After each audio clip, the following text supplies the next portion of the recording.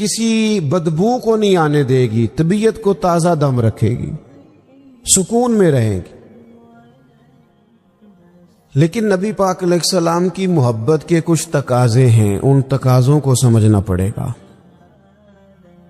بالخصوص امت اس وقت جس جگہ پہ کھڑی ہے، آپ دیکھیں کہ اتنی بربریت اور اس جیتے جاگتے دیکھتے ماحول میں کہ جس میں ہر چیز کیمرے کی آنکھ دیکھ رہی ہے، اس میں اس قدر زیادہ اسرائیل کی جارحیت، اس کے جواب میں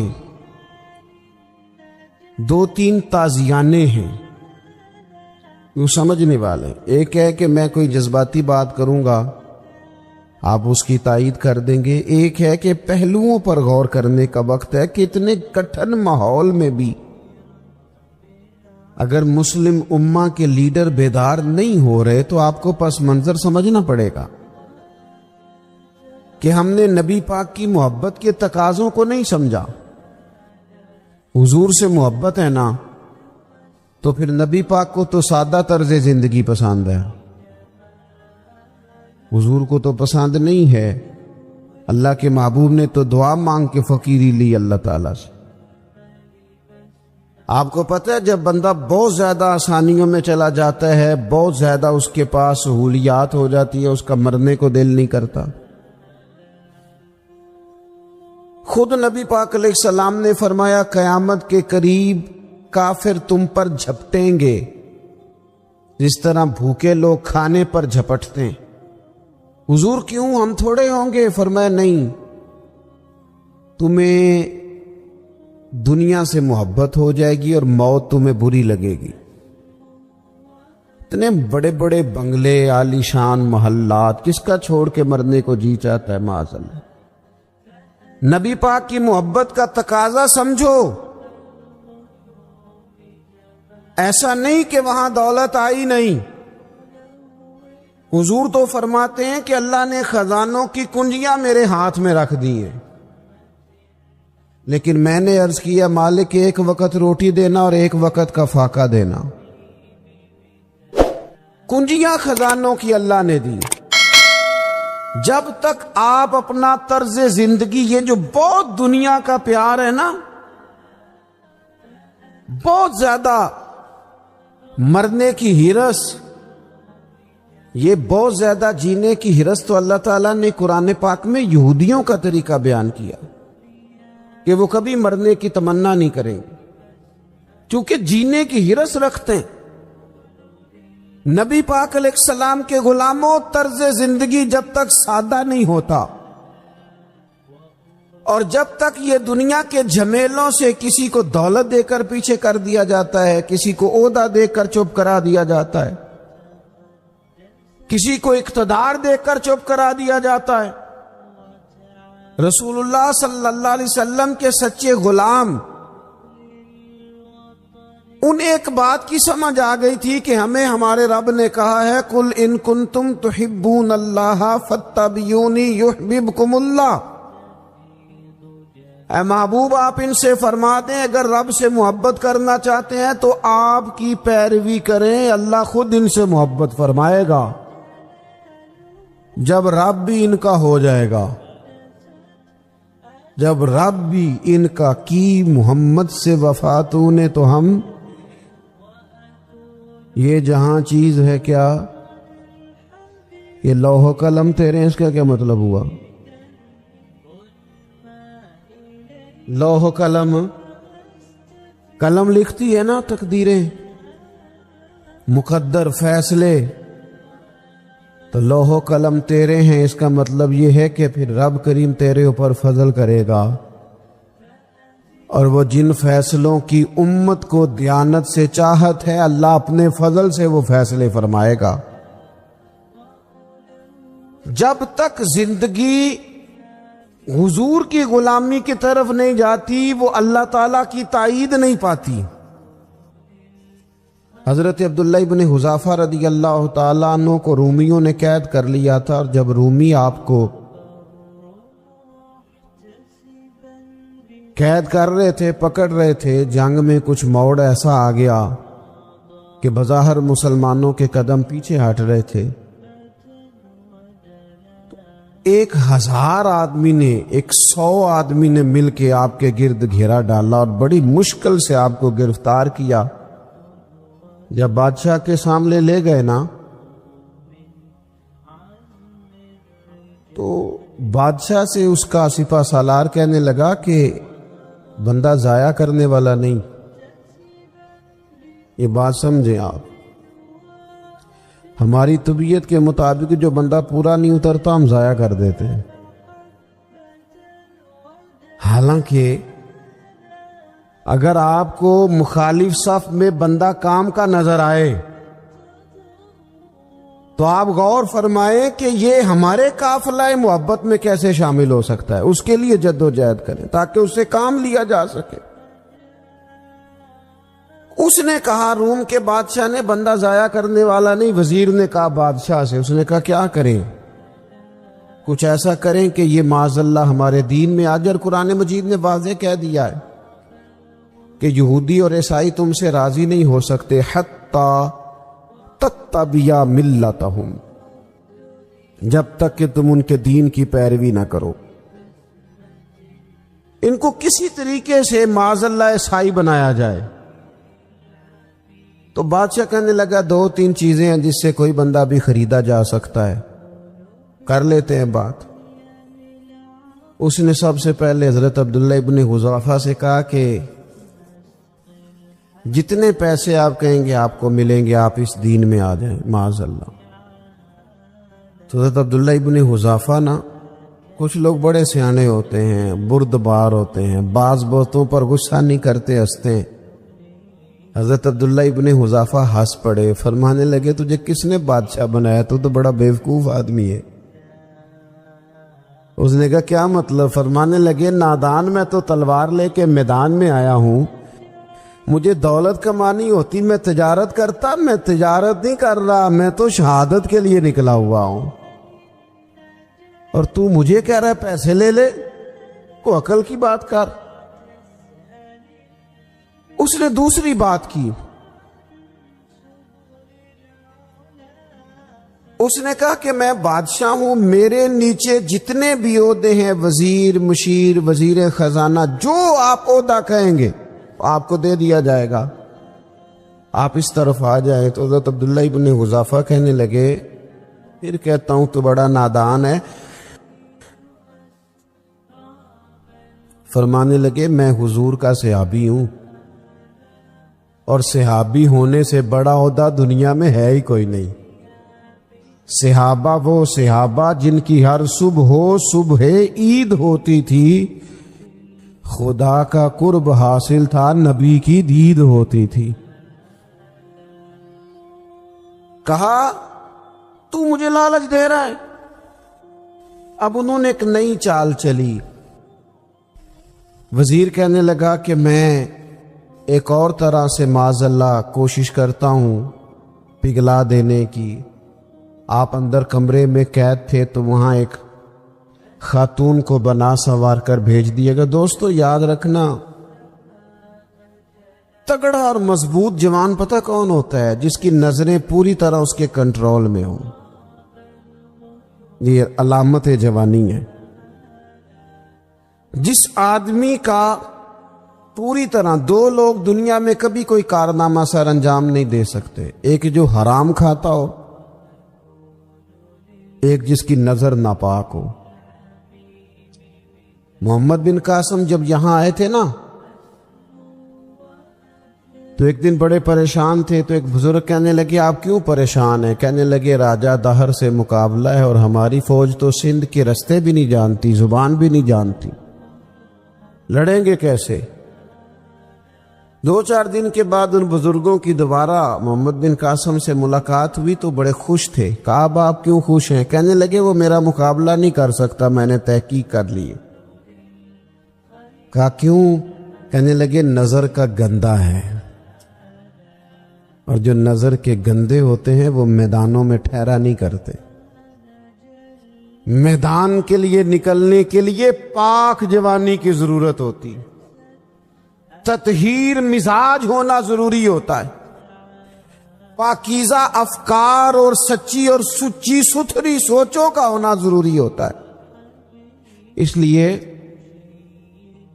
فرمایا کہ میرا مقابلہ نہیں کر سکتا۔ حضرت عبداللہ ابن حذافہ کمرے میں تھے تو وزیر کی بیٹی اندر سجی سنوری پہنچ گئی،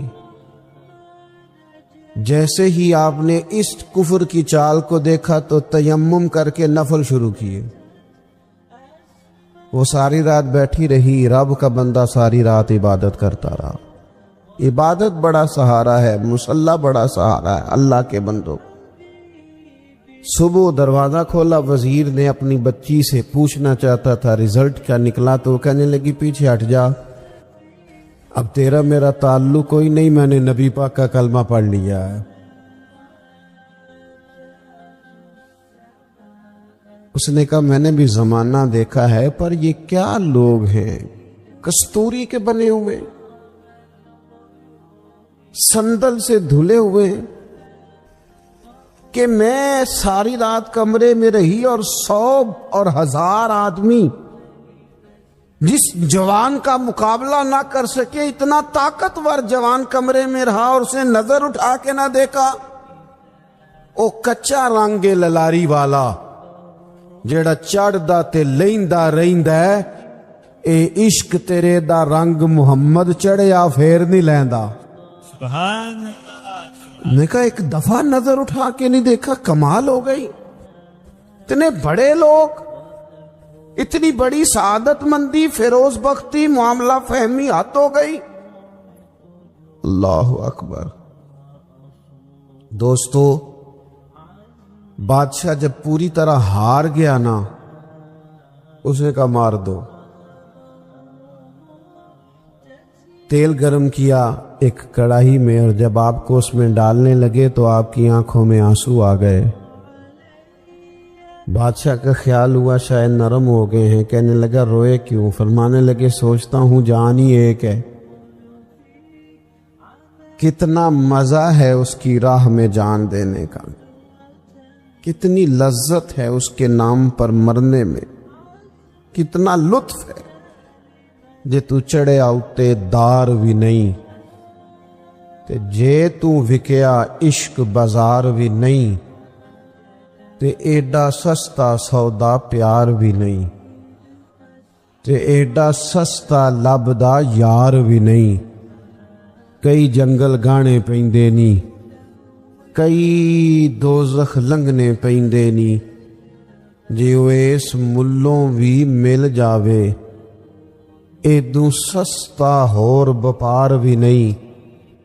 تے کچھ سمجھ نہ آوے لوکاں نوں وہ کادے نال شہید کرے، ڈٹھی یار دے ہتھ تلوار بھی نہیں، پر او دا خالی جاندا وار بھی نہیں۔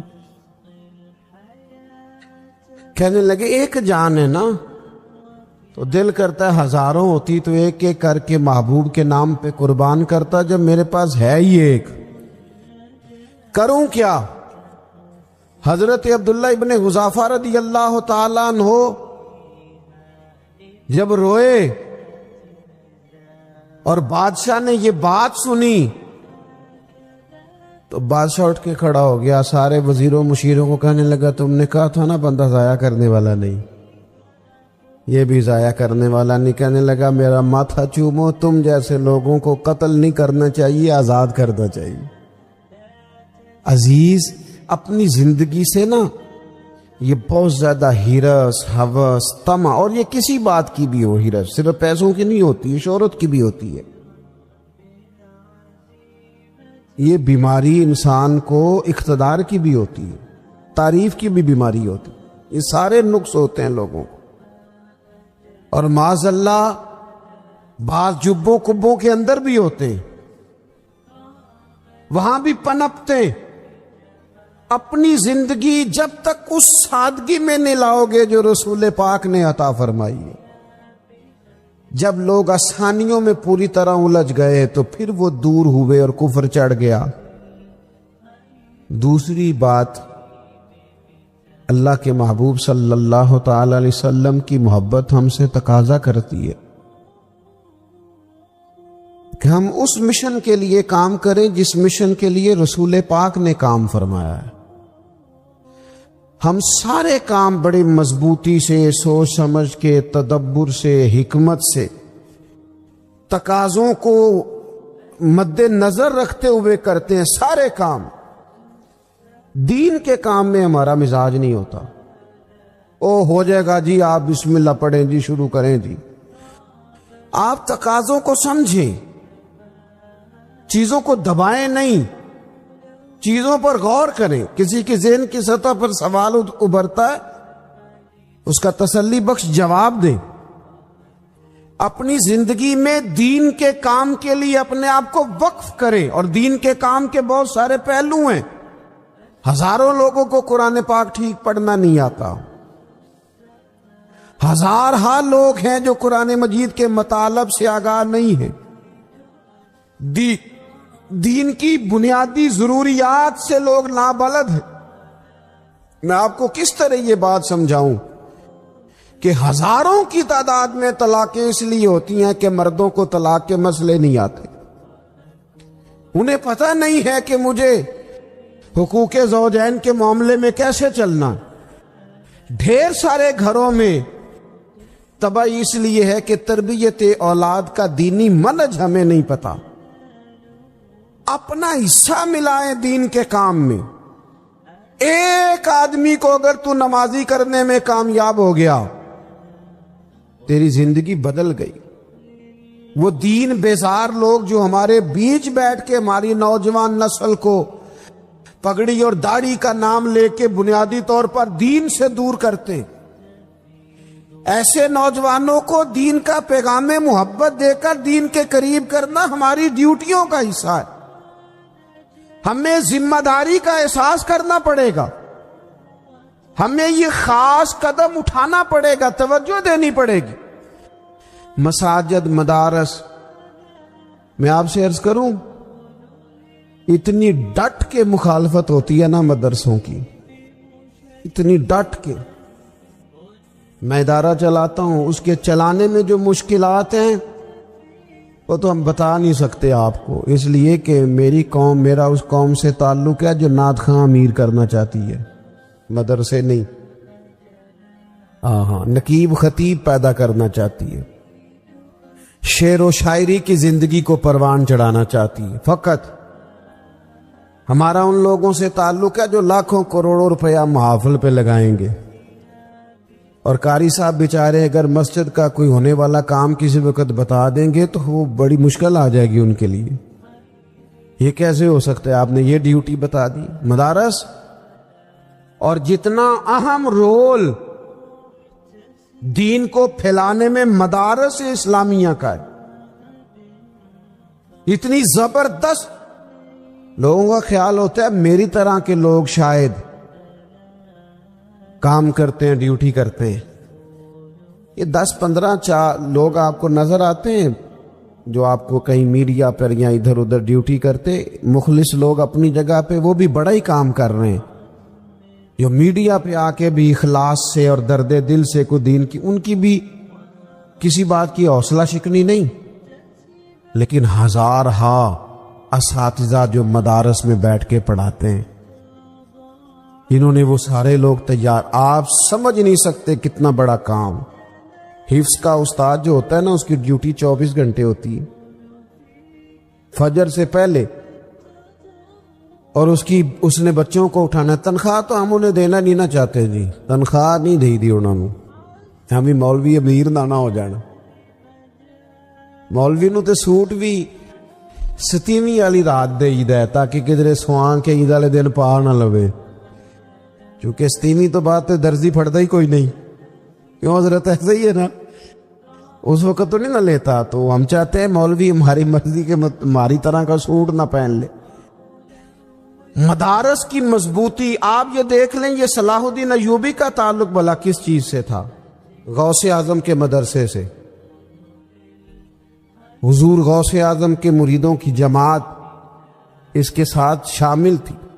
کون لوگ تھے جنہوں نے مدارس سے فیض پایا؟ رازی اور غزالی، حضور غوث اعظم، خواجہ اجمیر، یہ سب لوگ مدارس کے لوگ ہیں۔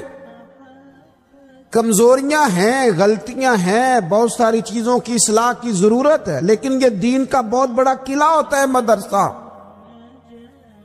لیکن اس کی مخالفت کی جاتی ہے۔ مجھے بتائیے، اگر مدرسوں میں کمزوریاں ہیں تو کالجوں یونیورسٹیوں میں نہیں ہیں؟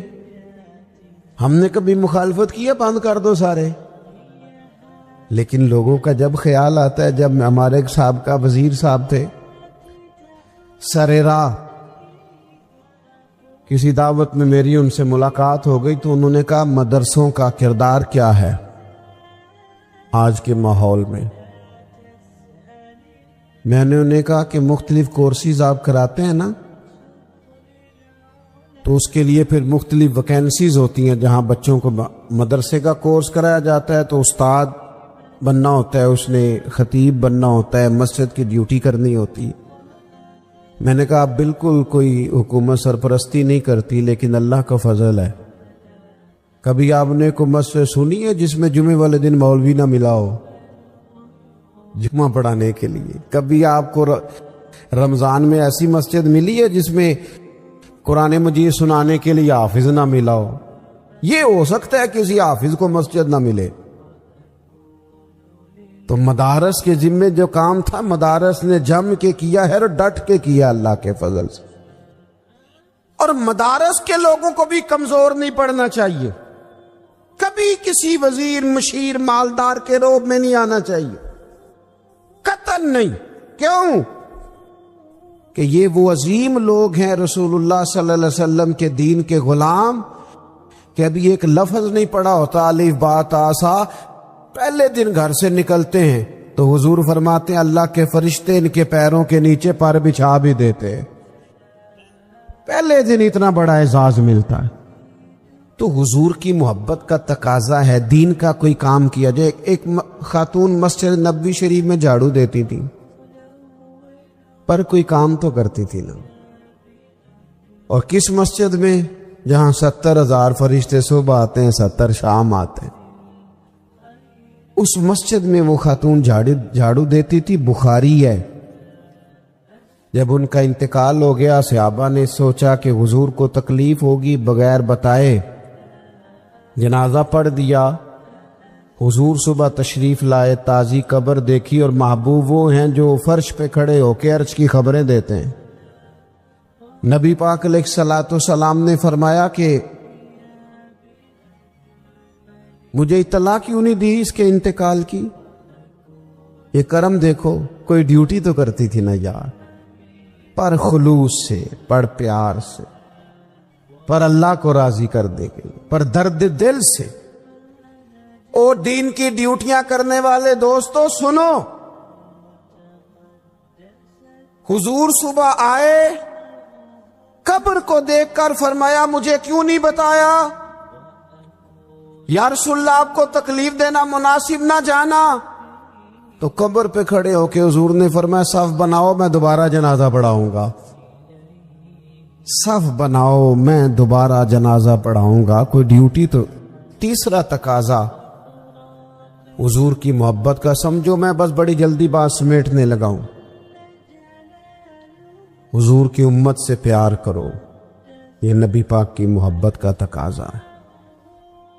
حضور اس بندے سے بڑے راضی ہوتے ہیں جو حضور کی امت سے پیار کرتا ہے۔ آپ کو پتہ ہے حضرت جبریل امین علیہ السلام نے معراج کی رات حضور علیہ الصلوۃ والسلام سے عرض کی تھی کہ اللہ کی بارگاہ میں عرض کیجئے گا میری بھی ڈیوٹی لگ جائے آپ کی امت کے ساتھ محبت کرنے پر۔ تو یہ کیوں کہا تھا انہوں نے؟ علماء نے لکھا اس لیے کہا تھا کہ حضرت جبریل بھی جانتے ہیں کہ حضور کی امت سے محبت کی بات کی جائے نا تو نبی پاک راضی ہوتے ہیں۔ امت سے پیار کرو گے نا، امت سے ایک صرف بات کا خیال رکھنا، عقیدہ برا ہو تو بات دوسری ہے، ورنہ میرے محبوب کی امت کا ایک ایک شخص جو مدینے والے کا کلمہ پڑھتا ہے، جو حضور کا غلام ہے، اس کے بارے میں اپنے دل میں گنجائش رکھنا، پیار رکھنا، وارفتگی رکھنا۔ او دوستو، یہاں لوگ کس طرح گروہوں کو، جماعتوں کو سپورٹ کرتے ہیں۔ نبی پاک نے اس امت کی کثرت پر فخر بیان کیا، اور حضور فرمانے لگے 120 صفیں جنتیوں کی ہوں گی، قیامت میں 80 صفیں صرف میری امت کی ہوں گی۔ میں کثرت امت پر فخر کروں گا۔ ان لوگوں سے پیار کرنا ہے، ان کے دکھ درد کو سمجھنا ہے۔ پتہ ہے آج کیا ہوتا ہے؟ آج ہمیں مختلف چھوٹے چھوٹے ملکوں میں بانٹ دیا گیا،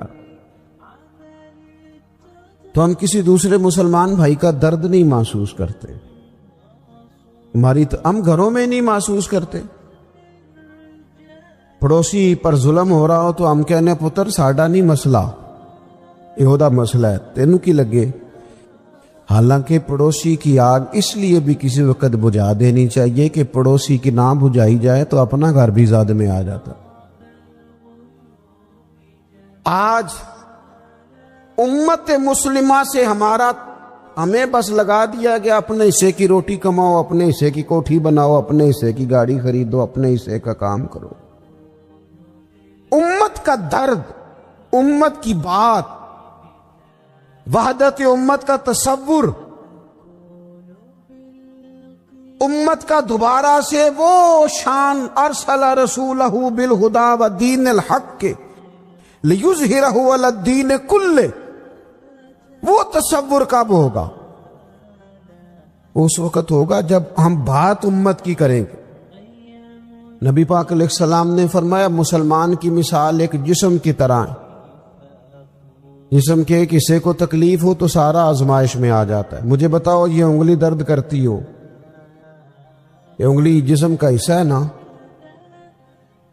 تو میرا خیال ہے دماغ یہ کہہ دے گا کہ انگلی کی درد ہے نا مینوں کی لگے، دل کہہ دے گا کوئی نہیں ٹینشن لینے، انگلی کا مسئلہ ہے نا۔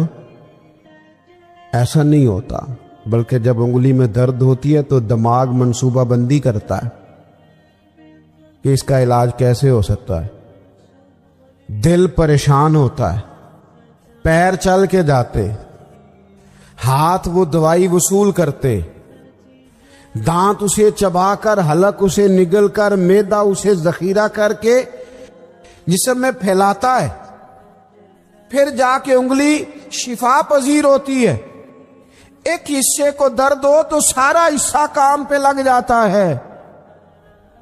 اسرائیل اگر تکلیف دے رہا ہے فلسطینیوں کو تو ہونا چاہیے تھا نا بعض مسلمان حکمرانوں کو نیند نہ آتی، وہ درد دل محسوس کرتے۔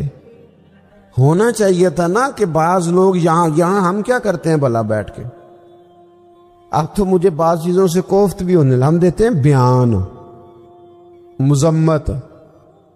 آپ کے بیان دینے سے کیا ہوگا؟ فلانے نے بھی بیان دے دیا، فلانے نے بھی کلپ دے دیا، یہ کیا کر رہے ہیں؟ تو اب تو یہاں سے چلا جا، قیامت تک کے لیے تیرے اوپر لعنت ہے۔ تو شیطان کہنے لگا کہ مجھے مہلت دی جائے، تو اللہ تعالیٰ نے اسے ایک معینہ اور مقررہ وقت تک کے لیے مہلت دے دی۔ تو اس نے کچھ دعوے خود کیے، کہنے لگا کہ میں لوگوں کے رستوں میں بیٹھوں گا، انہیں گمراہ کروں گا، ان کے خلاف چالیں چلوں گا، وسوسہ اندوزیاں کروں گا، اور کس حد تک لوگوں کو گمراہ کروں گا اور کن کن کو گمراہ کروں گا۔ اس نے کہا میں ان سب کو اجتماعی طور پر گمراہ کروں گا، ہر ایک پر اپنا جال پھینکوں گا، ہر ایک کو اس کے معاملے کے مطابق راہ حق سے ہٹانے کی کوشش کروں گا، الا عبادک منہم المخلصین، لیکن مالک جو تیرے مخلص بندے ہوں گے نا وہ میرے شر سے بچے رہیں گے۔ دنیا میں ہر طرف شیطانی وساوس پھیل چکے،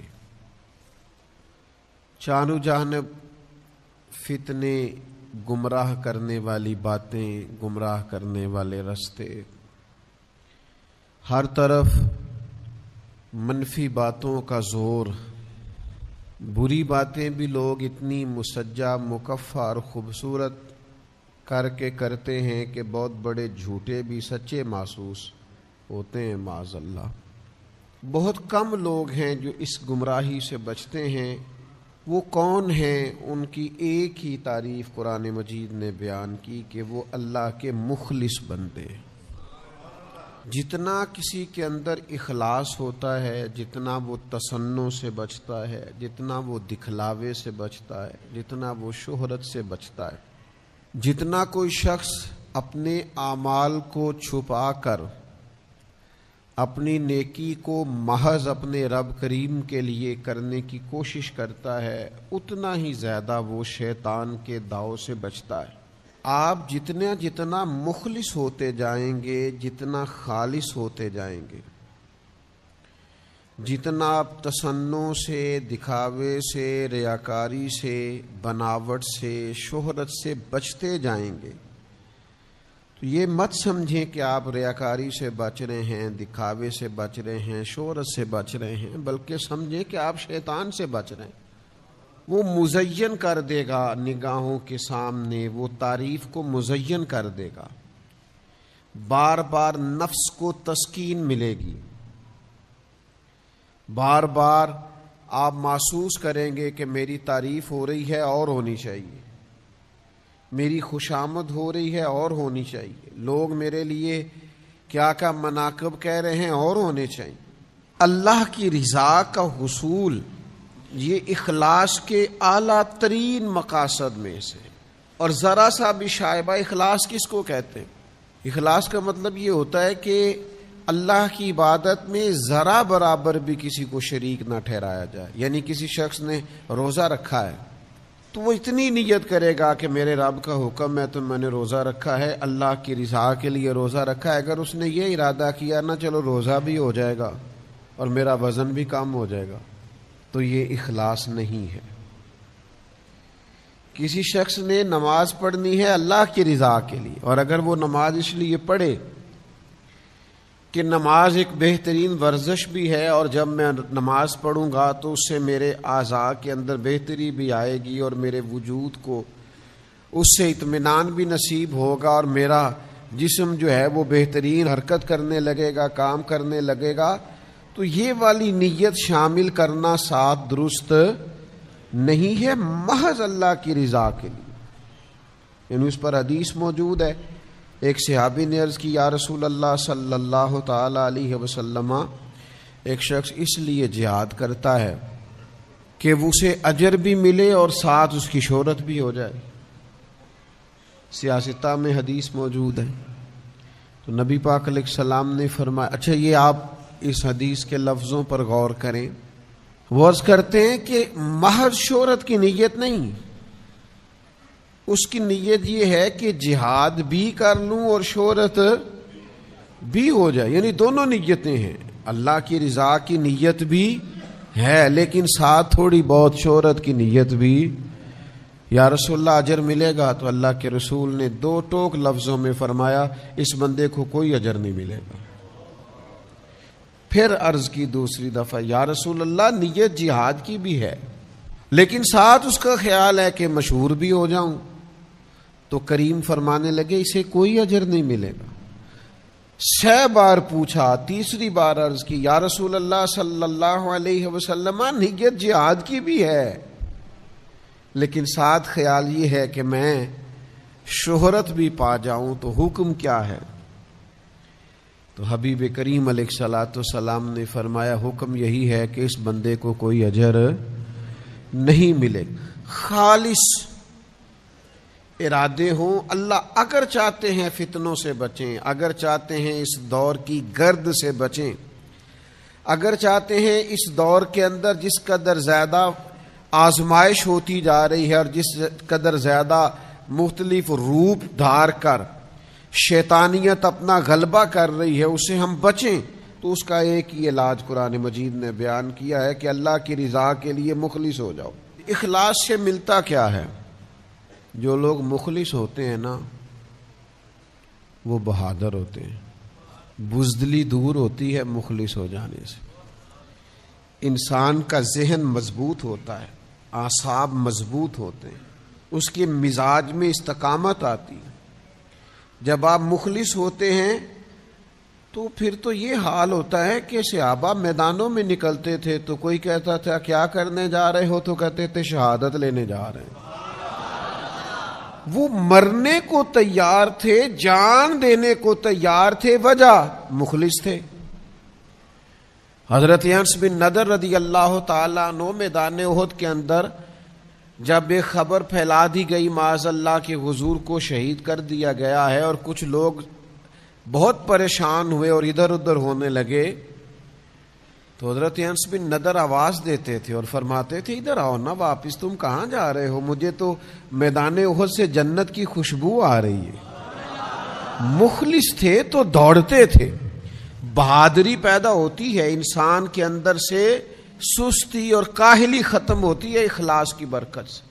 دوسری جو چیز اخلاص سے انسان کو ملتی ہے وہ یہ ہے کہ جو مخلص ہوتے ہیں نا ان کی اللہ مدد فرماتا ہے، انہیں تائید ایزوی حاصل ہوتی ہے، انہیں تائید باری تعالی حاصل ہوتی ہے. جب آپ ریاکار ہیں، جب آپ تصنع کر رہے ہیں تو اس میں پھر ظاہر ہے آپ کی نیت ہی ریاکاری کی ہے، آپ لوگوں کو دکھاوے کے لیے کر رہے ہیں، تو آپ کیا توقع کرتے ہیں کہ اس میں اللہ کی مدد آئے گی. لیکن جب کوئی کام آپ کرتے ہی رب کے لیے ہیں، اور علیم بذات الصدور، رب جانتا ہے کہ میرے لیے لگا ہوا ہے، تو پھر اللہ مدد بھی بڑی فرماتا ہے. پھر اللہ تبارک و تعالی اسے تائید غیبی سے نوازتا ہے. پھر آپ کو محسوس ہوتا ہے کہ سارے رستے کھلتے جا رہے ہیں، آسانیاں ہوتی جا رہی ہیں، آسودگی ملتی جا رہی ہے، بہت ساری مشکل ترین وادیاں بھی آرام سے سر ہوتی جا رہی ہیں. اور پھر تیسری چیز جو اخلاص سے پیدا ہوتی ہے نا وہ یہ ہے کہ جو مخلص لوگ ہوتے ہیں نا ان کے اندر محنت کا جذبہ ہوتا ہے. آپ ایک کام کرتے ہیں اس میں اخلاص نہیں ہے تو آپ تھوڑا سا کریں گے، بھائی اتنا سا ٹھیک ہے، لوگوں کو پتہ چل گیا، میری حاضری لگ گئی، بس میں آ گیا، میری فوٹو چل گئی، بس کسی کو پتہ چل گیا لوگوں کو کہ میں آیا، وہ بھائی حاضری لگوانا مقصود ہے، با لگ گئی. لیکن جب آپ مخلص ہوتے ہیں تو اب حاضریاں نہیں لگواتے، پھر آپ ڈیوٹیاں دیتے ہیں. جب آپ مخلص ہوتے ہیں تو پھر آپ صرف فوٹو میں نظر نہیں آتے، پھر صبح و شام تک اور شام سے صبح تک آپ کا رویہ یہ ہوتا ہے کہ کسی بھی طریقے سے میں بھلا کیا خدمات پیش کر سکتا ہوں، میں کس حد تک آگے بڑھ کے اپنے صلاحیتیں دین کے لیے وقف کر سکتا ہوں، پیش کر سکتا ہوں. پھر مقصود فقط یہ نہیں ہوتا. ایک دفعہ ایک جلوس نکلنا تھا کشمیر کے لیے، تو مذہبی سیاسی جماعتیں جمع تھیں، تو ان میں سے مجھے بھی ایک جگہ دعوت دے لی گئی، تو مجھے کہنے لگے کہ وہ ہم نے جلوس نکالنا ہے. تو میں نے کہا کیا مطلب جلوس نکالنا ہے؟ تو پھر اس میں نا ساتھ، ابھی وہ بہت پرانی بات ہے، ہم طالب علم تھے، تو اس میں یہ تھا کہ اخباری نمائندوں کو کسی طریقے سے بلائیں اور زیادہ سے زیادہ جمع کریں رپورٹر. تو مجھے ایک بزرگ کی بات نہیں بھولتی، انہوں نے بڑی خاص بات کی، کہنے لگے اوہو میں تو جا رہا ہوں، میں سمجھا تھا تم اللہ کی رضا کے لیے جمع ہوئے ہو. لیکن جس قوم کا یہ حال ہو کہ وہ پہلے یہ دیکھے کہ کتنے کو نمائندے آئیں گے، کتنے کو خبر چلے گی، کہاں تک بات پہنچے گی، تو ان کا مشن تو کوئی نہ ہوا. تو جب آپ مخلص ہوتے ہیں پھر آپ محنت کرتے ہیں، پھر آپ کے اندر، میں آپ سے عرض کروں کہ جب ٹیچر ڈیوٹی کرتا ہے نا تو پھر اس نے 4-6 گھنٹے پورے کرنے ہوتے ہیں، اور جب اس کا دل کرتا ہے نا کہ میرے سامنے جو بیٹھا ہے یہ علم کے نور سے فیض یاب ہو، پھر وہ صلاحیتیں لگا دیتا ہے، پھر وہ مشقتیں کرتا ہے، پھر وہ اپنے سینے کو نچوڑ کے اس کے اندر جو علم کا نور ہوتا ہے وہ طالب علم میں منتقل کرنے کی کوشش کرتا. وہ 1 منٹ کے لیے بھی غیر نصابی کوئی بات نہیں کرتا. مخلص جو ہوا وہ جد و جہد کرتا ہے, کوشش کرتا ہے, محنت کا جذبہ پیدا کرتا ہے, اخلاص. چوتھی بات, جو ریاکار ہوتے ہیں نا اپنی نظروں میں گر جاتے ہیں, اور جو مخلص ہوتے ہیں ان کی اپنی نظر میں بھی اپنی بڑی عزت ہوتی ہے. اپنے آپ سے وہ دھوکہ نہیں کرتے. پتہ نہیں میں نے کتنی بڑی بات کی ہے, اللہ کرے آپ کو سمجھ آئی ہو. او بھائی, بندہ خود مطمئن ہی نہ ہو تو وہ کوئی کام کیسے کرے گا؟ جب کوئی تصنع کرتا ہے, بناوٹ کرتا ہے, دکھلاوا کرتا ہے, تو وہ اپنے آپ کو جواب بھی نہیں دے پاتا. وہ اپنے آپ سے دھوکہ کر رہا ہوتا ہے. وما یخدعون الا انفسهم, اپنے آپ کے ساتھ دغا کر رہا ہے, فریب کر رہا ہے, دھوکہ دے رہا ہے. اور جب انسان مخلص ہوتا ہے نا تو اسے اپنے آپ سے بھی پیار ہوتا ہے. اسے محسوس ہوتا ہے میرا وجود کوئی بیکار وجود نہیں, میری زندگی کوئی بیکار زندگی نہیں, یہ زندگی تو میں نے کسی کے نام کر دی ہے, یہ تو میں نے زندگی کسی کے لڑ لگا دی ہے. اسے اپنے آپ سے پیار ہونے لگتا ہے. جب وہ مخلص ہوتا ہے اپنی نظر میں اس کی عزت ہوتی ہے, اسے پھر اپنی صلاحیت سے پیار ہوتا ہے. وہ پھر ضمیر کا قیدی نہیں ہوتا. اسے پھر لگتا ہے کہ وہ میں کسی کام لگ گیا ہوں, کوئی ڈیوٹی اللہ نے مجھ سے لینی شروع کر دی. پانچویں بات, ریاکاری جھوٹ ہے, اخلاص سچ ہے. ریاکاری ناانصافی ہے, اخلاص انصاف ہے. ریاکاری چٹیل اور گمراہ کرنے والا رستہ ہے, اور اخلاص اعتدال کا رستہ ہے. وہ ایک خوبصورت راہ ہے جس راہ پر انسان چلتا ہے تو رستہ بظاہر ٹوٹا پھوٹا بھی ہو لیکن اسے تھکاوٹ محسوس نہیں ہوتی, وہ چلتا چلا جاتا ہے. اخلاص نعمت ہے, سعادت ہے, عدل ہے, برکت ہے, ٹھنڈک ہے, نور ہے. رب رسول کی مدد کا نام اخلاص ہے. اور پھر چھٹی بات, ریاکاری نا بے چینی بڑی پیدا کرتی ہے.